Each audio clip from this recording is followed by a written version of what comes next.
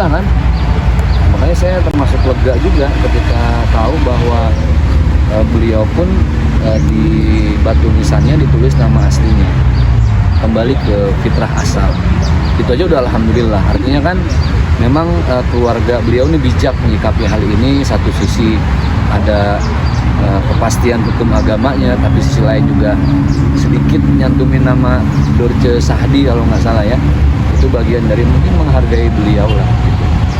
Ya kita hanya bisa mendoakan mudah-mudahan perjalanan beliau sampai ke akhirat ini dimudahkan semua urusannya oleh Allah.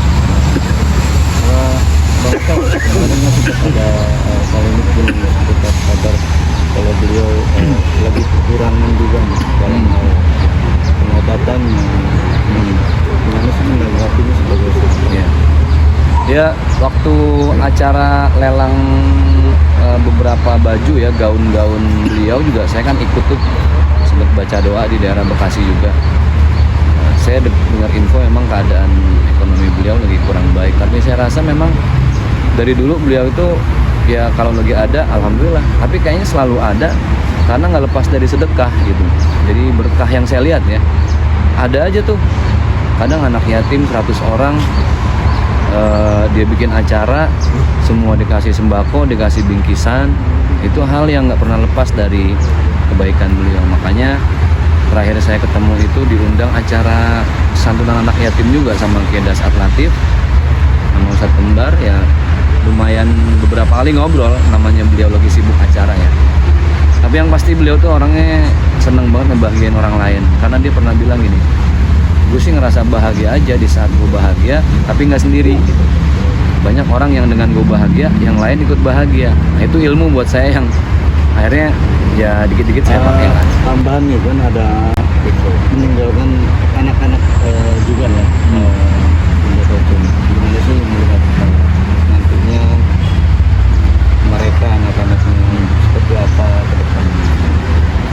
Ya saya rasa ini bagian dari tanggung jawab para sahabat ya. Mungkin kalau saya kan tidak seperti yang lain yang lebih dekat dengan Kak Dorce. Kalau saya ini karena sering datang ke acara beliau ada santunan, dia minta tolong, ayo saya datang ceramah, tausiah, kadang bantu-bantu sedekah. Kalau saya lagi ngasih bantuan kemana, beliau yang rutin, rajin, istiqomah nitipin bantuan. Sebatas itulah. Saya rasa kedepannya menjadi tanggung jawab sahabat nih, bagian dari melanjutkan silaturahim dengan almarhum. Ketika ada anak-anak asuh beliau, anak-anak angkat beliau mungkin yang masih sekolah, yang baru menikah, minimal ada kepedulian lah, entah itu sifatnya bulanan atau tahunan untuk anak-anak almarhum, supaya apa? Supaya tidak putus silaturahim di sahabat dunia akhirat lah. Dan termasuk soal warisannya juga kan, kabarnya Bunda Dorce juga memiliki beberapa peninggalan warisan. Iya, ya itulah kalau urusan dunia ya, udah terkait warisan ini udah agak ribet. Wallahu alam, saya nggak tahu banyak apa memang, tapi seingat saya sih beliau pernah ngobrol kalau gue ntar udah meninggal ya bukan buat siapa-siapa, semua juga gue capek-capek ya buat anak, katanya gitu kan. Cuman kan wallahu alam apa memang sebagian harta beliau sudah dibalik namakan untuk anak-anaknya, wallahu alam.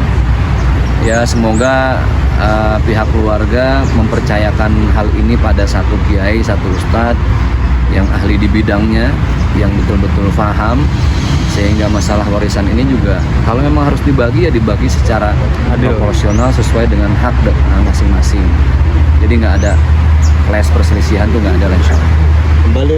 Kembali soal di awalnya kan Bunda Dorce sebelum meninggal selalu dia mengingat kematian, bahkan sudah menyiapkan yang namanya kain kafan, segala macam peralatan. Ya buat saya beliau satu temen yang unik ya. Mungkin orang tuh kalau kita ke rumahnya yang dia pengen liatin ke kita tuh ya mobil. Yang dia liatin tuh ini logo punya motor baru, mobil baru, punya handphone baru. Kak Dorce ini unik.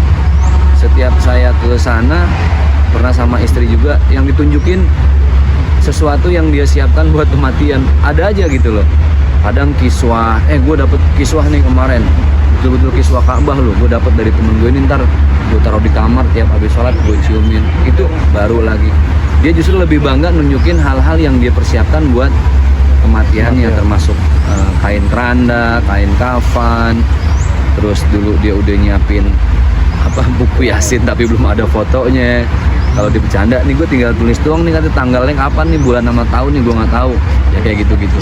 Dan sempat menyiapkan makam juga ya? Ya betul, satu bidang tanah untuk makam ya, artinya memang ya mempersiapkan kematian itu ya harus, tapi itu kan bukan sesuatu yang memang wajib ya. Harus tuh artinya gini, bukan hanya tutup kerandanya, bukan hanya kain jenazahnya atau kain kafannya, tapi persiapan amal jariahnya itu yang harus lebih dimatengin lagi gitu loh.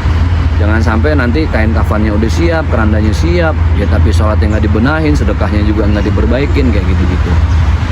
Yang pasti beliau sosok yang mempersiapkan hidup dunia akhirat, baik dari sisi duniawinya maupun dari sisi ukhrawinya.